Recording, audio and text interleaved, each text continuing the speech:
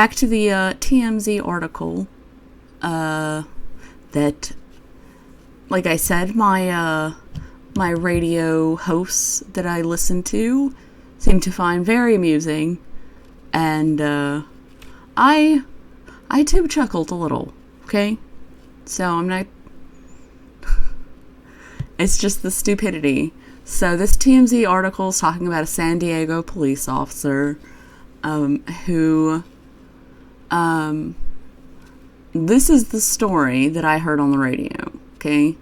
And that is that there was a female prisoner being transported by an officer, and she began saying very racy things, and this was we'll call this Titillating Tuesday, because I'm stealing what they called it, and I really liked it, so I'll just call it that, even though I'll probably never call it that again. Titillating Tuesday.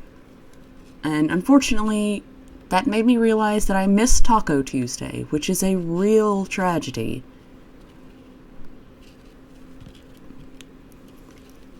So, cop is transporting a lady of a high degree of horniness, from the sounds of it. Apparently, she was, started out with the "are you married" kind of a thing. And I believe at this time, well, this is when all the Chris's and everybody just got into this whole big, long debate about how you should answer that question if you are married. And Chris Kelly, of course, he's whipped. He's whipped. He is definitely... we know who wears the pants in the family, and it's not Chris Kelly. Okay? So he was like, oh, I'm happily married. 28 years, or whatever it was that he, that however long he's been married. And Chris Dim kind of went with the same line of reason. And Biggie, I like him, but he's a bit of an asshole. He's like, well, I'd say none of your business. Which, that's probably, I don't know if I would necessarily say that, but I probably would if I was a cop and a prisoner was asking me this. I'd be like, I would either just completely ignore it, or,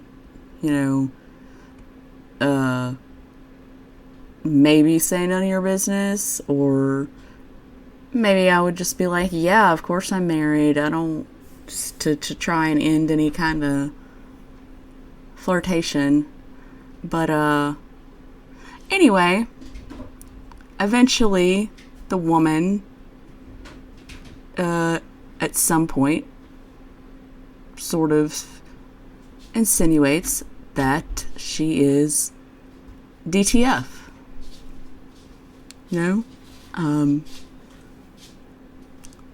She was, like I said, she had a high level of horniness, which, all women's prison, I guess that's possibly expected. I've never necessarily been to a prison, so I'm not really sure. I'm not really envisioning, like, a beautiful lesbian paradise, exactly, like, not the Sapphic Island, or anything like that. They might be violent, who knows, and I would probably just try and keep to myself until my sentence is done, and, unless maybe I was in there for, like, my entire life, and then I guess I would maybe try to find a prison girlfriend. But still, that doesn't mean... I don't know. Anyway, prisoners are gonna, they're not gonna be acting on their best behavior. It's not something we generally expect of prisoners, but of law enforcement officers, we do expect some level of decency. And, of course, this fellow was very decent and said, "Ma'am, you do not say those things." The camera's on. They can hear you.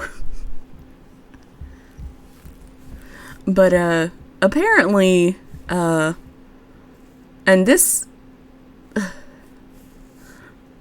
so this was the story I heard, which was that the woman apparently began to, pleasure herself in this patrol car, and the officer parked in a discreet location and disappeared in the back of the patrol car for about 20 minutes with his with his body cam turned off. He turned it off. So now, I don't know. It doesn't take a rocket scientist to figure out exactly what happened there, but you can't just, I guess you could just fire the guy. That seems, especially after you hear this next part. So the next part is, so not only did he disappear into the back of his car for a while, after, I think it was an hour or so, his supervisor, received a request for assistance. So this is the actual, to me, this is the funny part of the story. Okay, the rest of it, that's just, this is kind of a rookie cop, so it's not like it's a 10-year veteran or anything. Not that excuses his behavior, but, the cop cars, I've never been in the back of one, but apparently they do not open from the inside. So if you get in there and you shut the door, which one might do if they were having a forbidden love encounter, that you can't get out. So he called his supervisor to let him out of his own patrol car, where the woman was still there, and I will show you the pictures here, dressed very provocatively. And of course, everyone involved, the prisoner said, "Oh no, nothing happened." Of course, he was saying that, what did he say his excuse was? I think he said he was checking on her or something and got locked in there. I don't know. But I don't believe that his superiors were necessarily convinced by this story, and tested his clothing for DNA matter, semen. It was semen on his holster, on his belt or holster. Somewhere they found semen. So how did that happen?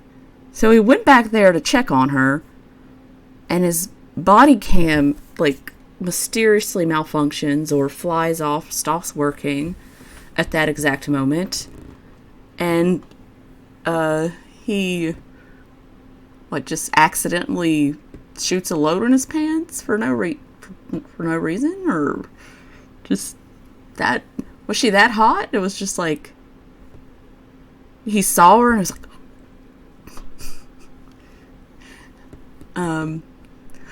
I don't know, but he resigned, which was expected. What are you gonna do after that?